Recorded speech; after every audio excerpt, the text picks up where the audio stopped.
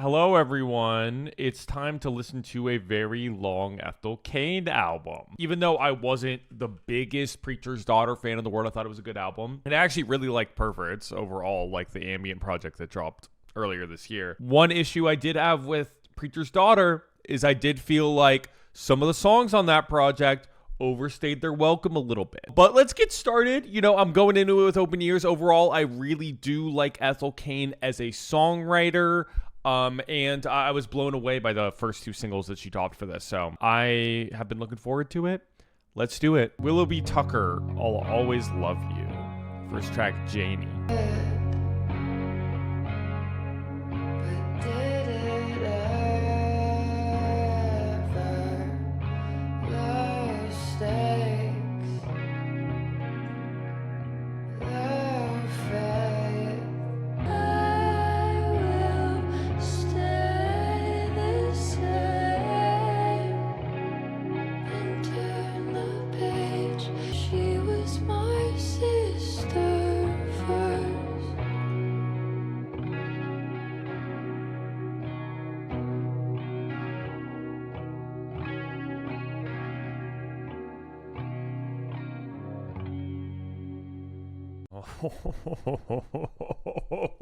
Ow.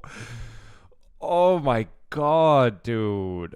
Insane emotion from this track. I love how sporadic the guitar pattern is too. Like, it's not strummed in like a very like rigid manner. It's not totally on time. It just makes it feel so intimate and authentic. But goddamn, dude, these lyrics, they're not the most complex thing ever, but oh my god, are they vivid. Oh dude, the lyrics are piercing. Is Willoughby Tucker just a character that Ethel has made? Usually themes are instrumental, so I'm going to assume this one is instrumental. He's the guy she sings about in House, Nebraska? Really? Okay. Okay, this one could be off Perverts.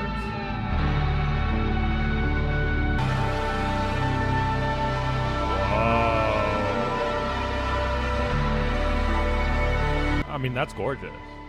I love the guitar tones and like the effects that they're throwing on the guitars there. It feels so wide. I mean, I think it's probably doubled. That thing really opened up. That track really opened up towards the end, especially when those like high little synths came in. Is Ethel going to get into composition of like, or like scoring of any kind? Because she'd do a killer horror movie. Something about this song specifically is I was wondering how this was going to fit into the actual album, you know?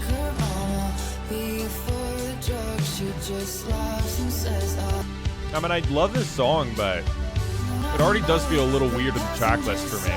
Is this the only, like, synth-pop adjacent record on the entire album? Who cares? I love it. I mean, whatever.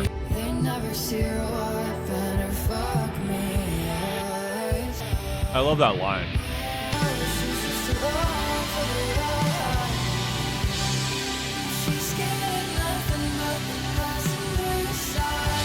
Yeah, no, this song is gorgeous. I mean, it is kind of random to have a synth pop song in this track list. Like, it definitely doesn't match like everything else I've heard in this record. And I was worried. I was wondering how it was going to fit. I don't think it really does as of right now. But I love the lyrics and I love the description of this character and the meaning that you can derive from it of somebody that just doesn't know how to really deal with their emotions, so they cover it up with, sexual acts and being around people that she probably shouldn't.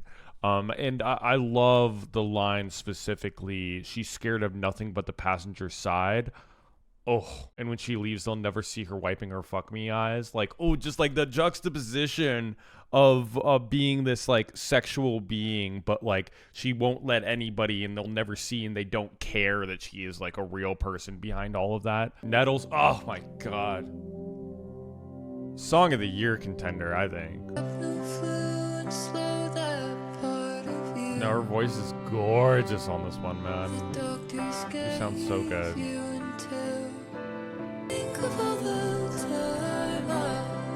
The harmonies here kill me. The drums come in with such a beautiful timing.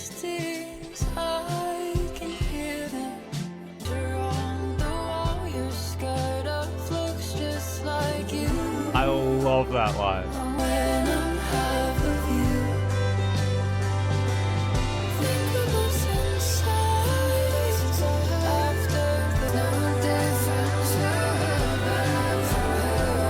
Oh, chills, man.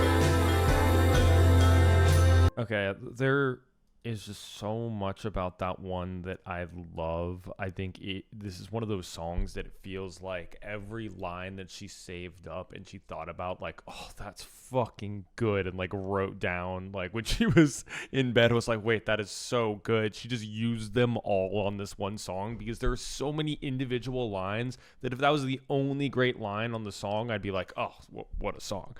But there's so many individual ones, and then the callback, oh my god, the line, I can hear them singing, to love me is to suffer me, and I believe it. And then at the end of the song, you hear a voice going, to love me is to suffer me. Like, the way that it all fucking ties in, which is an incredible line on its own. But I love the way how it like all wraps up, you know? But that pre-chorus verse is just one of my favorite things of this year as well. Like the picture on the wall you're scared of looks just like you. I want to bleed. I want to hurt the way that the boys do. Oh, masterclass level songwriting. Like, oh my god, bro. There's just not a lot of people that have this sort of narrative voice that is able to write this sort of thing. It's such a unique quality. Not just the ability, but the style behind it is just something that you can't teach. We're getting into some instrumental tracks, aren't we? Her interludes are entire Pink Panthers albums. That's so funny. I mean, this is just a straight up ambient track. I'm not bored. It's just it's ambient music, you know? It's ambient music. It's drone music. It's really pretty. It's well done, but it doesn't really lend itself well to a reaction. Well, it's supposed to be like, whoa, this synth is still wavy and moving. You're like, what do you want me to do? Oh, Will, you look so bored. It's an ambient song. Okay, we're back.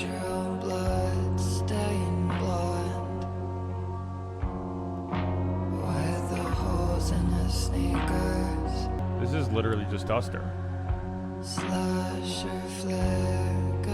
Have they changed anything with this instrumental, or is it a direct sample?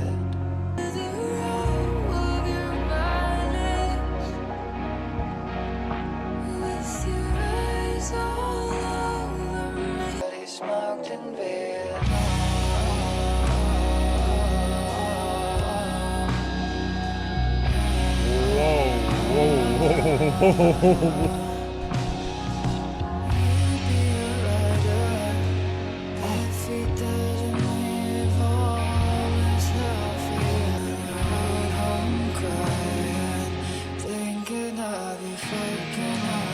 I can't, these lyrics are insane.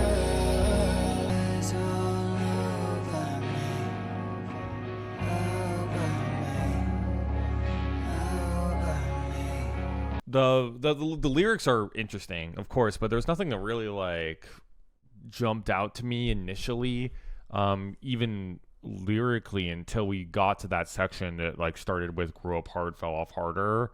Oh my god. But that line, cooking our brains, smoking that shit your daddy smoked in Vietnam, over that instrumental is buck wild. That's fucking insane.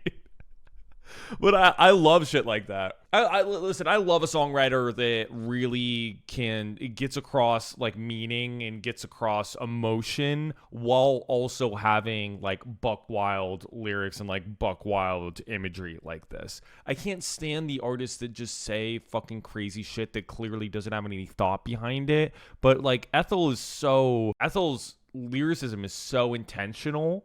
And every line has such a clear purpose. Then when she throws in an insane fucking line, just like an insane visual in her music, you're like, it's an easier pill to swallow, and I think it makes like the color of the lyrics like so much more interesting when you slip in a line like that.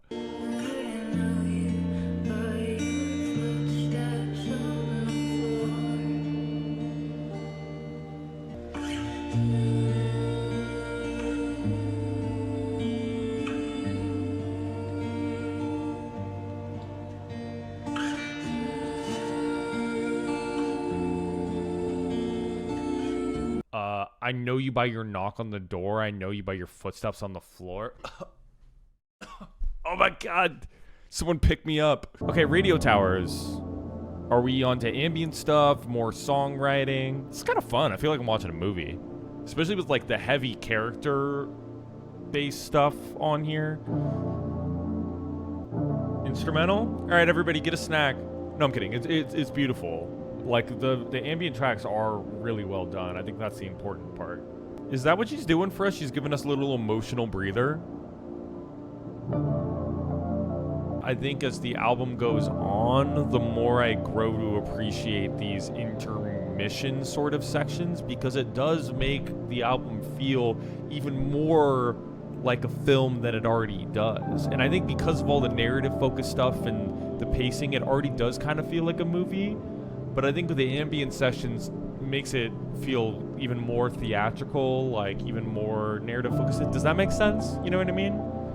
It feels like a purposeful lull for like a push and pull, like emotionally, that makes a little bit of sense to me.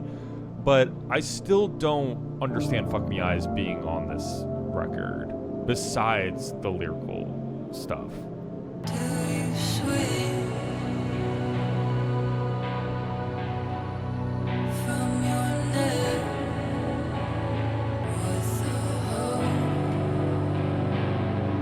Just realized what that meant. Someone cares. I can reach you to bed, but I can't make you sleep. This got darker. How did this get darker? This is unreasonably heavy. Not unreasonable. This is so heavy.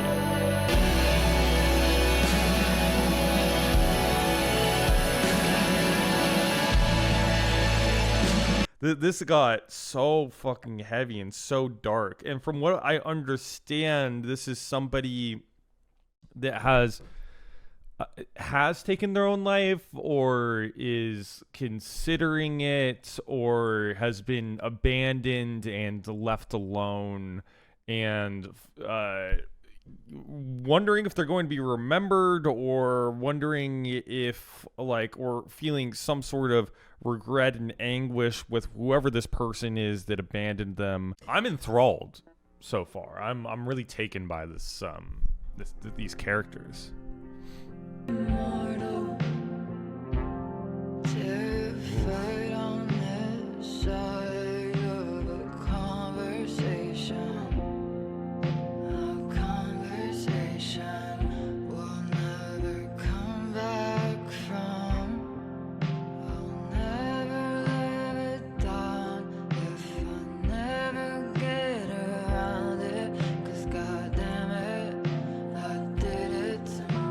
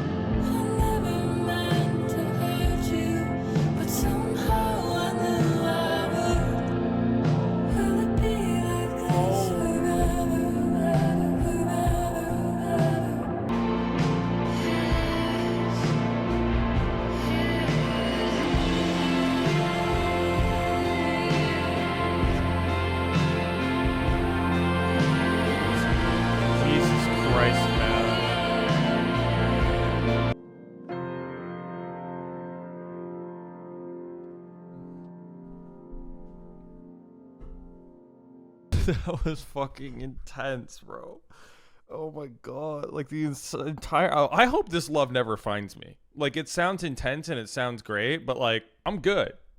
I'm good. I don't want to feel this intensely about anything or anybody. I'm chilling. I'm good off that. I am dude. No, thank you. What I mean that line, there's been a couple moments on stream that I've also I've almost got. Okay, there's been a couple times on stream where the tears almost got to me. Okay, I've been picking names for our children. You've been wondering how you're gonna feed them. Oh my fucking god, bro. Oh my god, that was insane. God, it was relentless. That song was an assault on me. That was an assault on my well-being. God, I feel like I need to take a shower. This record made me an Ethel Cain fan. And I'm not saying that I wasn't a fan of Ethel Cain's work previously or that I didn't like Perverts from earlier this year. In fact, I thought that was a pretty goddamn good drone record. And I did like Preacher's Daughter all right, but there was some I didn't feel like the track lengths in Preacher's Daughter paid off in the same way that the track lengths did on this one. I was worried coming into this, seeing the 10-minute tracks and the 6-minute and the 7 minutes and 8 minutes and 15-minute closer. And I was a little bit worried that would be an issue that we'd run into again. An issue that I had with Preacher's Daughter where I felt like the track length wasn't necessarily earned. But I think this album was earned. Even with the ambient tracks, there really wasn't a song on here that I felt like super overstayed its welcome. I don't think so at all. And I think a big reason for that is how jam-packed with meaning the lyrics are on this record. Like, if you are a lyrics person, the only type of person to call this album boring, I guess besides people who really don't like the ambient stuff, which, you know, we can have a conversation about whether those deserve to be on the album or not. I think, you know, I was sold on it by the end of it. But if you're a lyrics person, there's nothing boring about this because there aren't lines that are filler. There aren't lines that are meaningless. Everything seems to tie together to either get across an emotion, continue the narrative, understand something about these characters and their emotions. And I think that is just such a monumental feat to have stuff, instrumentals that are pretty, but they aren't like the most attention grabbing all the time. It has those attention grabbing moments, but it isn't like this super complex instrumental where you're like, oh, you have to, the star of the show is the production. The production is aiding the songwriting and it's doing a really beautiful job of that. God damn, this is so well done. And I think it is one of those things that you're going to have to listen to a lot to really understand the characters. And I think good on Ethel for clearly having so much lore that she's dropped with the album. So if you really want to dig into it and understand everything that it means, that information is out there for you, which I'll be looking into. But anyway, I thought this was gorgeous. I really love this. You know, I think it's fucking great.